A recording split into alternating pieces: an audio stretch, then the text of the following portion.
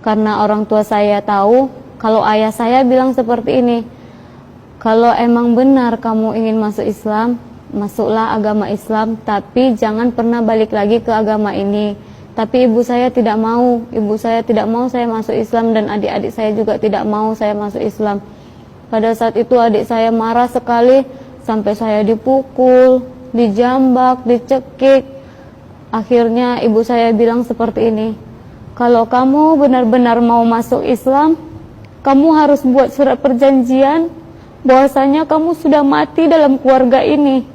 Karena saya malu menanggung keluarga yang dianya tidak kuat dengan agamanya, malu sekali dengan masyarakat di sini.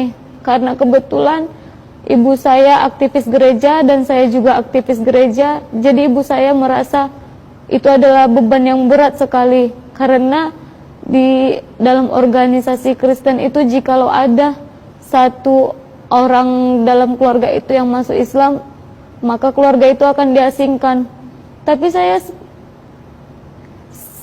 di satu sisi saya kasihan pada ibu saya, tapi di sisi lain saya ingin mencari tahu kebenaran.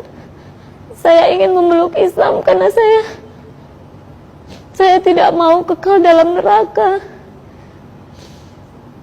Dan sampai-sampai saya itu dimandikan dengan air rebusan yang haram. Sampai-sampai saya itu diberi air minum segelas air putih yang dibawa dari dukun. Ketika saya minum, saya muntah darah. Namun saya tetap kuat pada pendirian saya. Seberat apapun cobaannya, saya tetap ingin masuk Islam. Sampai akhirnya orang tua saya nyuruh saya buat surat perjanjian bahwa saya sudah mati, dan saya tanda tangani materai. Saya siap dan saya buat surat perjanjian itu. Lalu saya disuruh keluar dari rumah, saya diusir, saya pergi, lalu saya telepon. Sekarang saya senang sekali ketika saya bisa mengucap 2 kalimat syahadat. Dan rasanya walaupun begitu berat cobaan ketika saya sudah memeluk agama Islam, semua rasa sedih, semua rasa berat yang saya alamin itu hilang begitu saja. Karena saya merasa ini adalah kemenangan saya. Saya sudah lebih dekat dengan Allah. Setelah 1 minggu masuk Islam, saya bisa fasih doa-doa, sholat. Dan setelah saya masuk agama Islam 2 minggu kemudian atau hampir 3 minggu, saya alhamdulillah sudah bisa membaca Al-Quran. Walaupun saya tidak belajar sama guru mengaji, saya belajarnya sendiri. Karena saya seperti ini, saya yang ingin masuk Islam. Saya ingin tunjukkan bahwasanya walaupun tidak ada yang membimbing saya akan tetap mempelajari Islam. Tidak ada sedikit pun saya merasa jenuh ataupun merasa berat. Saya jalani semua dengan penuh sukacita, penuh dengan kegembiraan, penuh dengan kedamaian. Tujuan saya untuk belajar di pesantren An-Naba adalah saya ingin mengajak keluarga saya seluruhnya memeluk agama Islam seperti saya. Karena saya merasa memang saya sudah bisa sholat, saya sudah bisa membaca Al-Quran, namun saya tidak bisa menjelaskan kepada keluarga saya bagaimana caranya supaya mereka bisa yakin bahwasanya tidak ada seorang pun yang bisa menolong mereka, dan tidak ada agama yang bisa masuk surga kecuali agama Islam. Saya ingin sekali mengajak keluarga saya. Jadi saya mencari tahu pesantren mana yang bisa saya datangin, tempat pesantren mana yang bisa tempat saya belajar.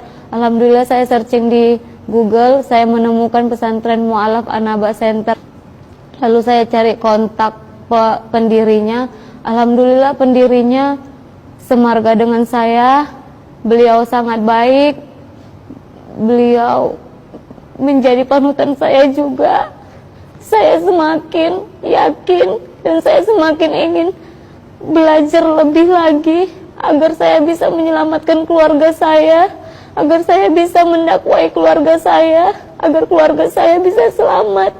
Saya sedih sekali jikalau suatu saat keluarga saya meninggal dalam keadaan kafir. Otomatis mereka akan kekal dalam neraka. Saya sudah bayangkan betapa sedihnya saya rasa. Oleh karena itu saya punya tekad yang kuat. Saya harus belajar agama. Saya harus mempelajari agama Islam. Saya harus mendalami bagaimana agama Islam, karena saya tidak puas dengan pengetahuan saya yang sedikit ini. Mudah-mudahan dengan saya belajar di agama mudah-mudahan dengan saya belajar di pesantren Anaba ini, saya bisa lebih mendalami Islam dan bisa mendakwai keluarga saya, dan insya Allah bisa mengajak keluarga saya masuk agama Islam. Saya juga berdakwah sedikit kepada ibu saya, namun ibu saya bilang, kamu tahu apa masalah agama, kamu tahu apa masalah kehidupan ini, saya yang lebih tahu, saya duluan lahir daripada kamu. Namun karena saya tidak mau melawan kepada orang tua saya diam saja. Setelah itu orang tua saya bilang, sudah, dari sekarang putus hubungan saya dengan kamu. Tahu juga kamu sudah buat surat perjanjian bahwasanya kamu sudah mati. Sebenarnya saya sedih, namun ya bagaimana lagi,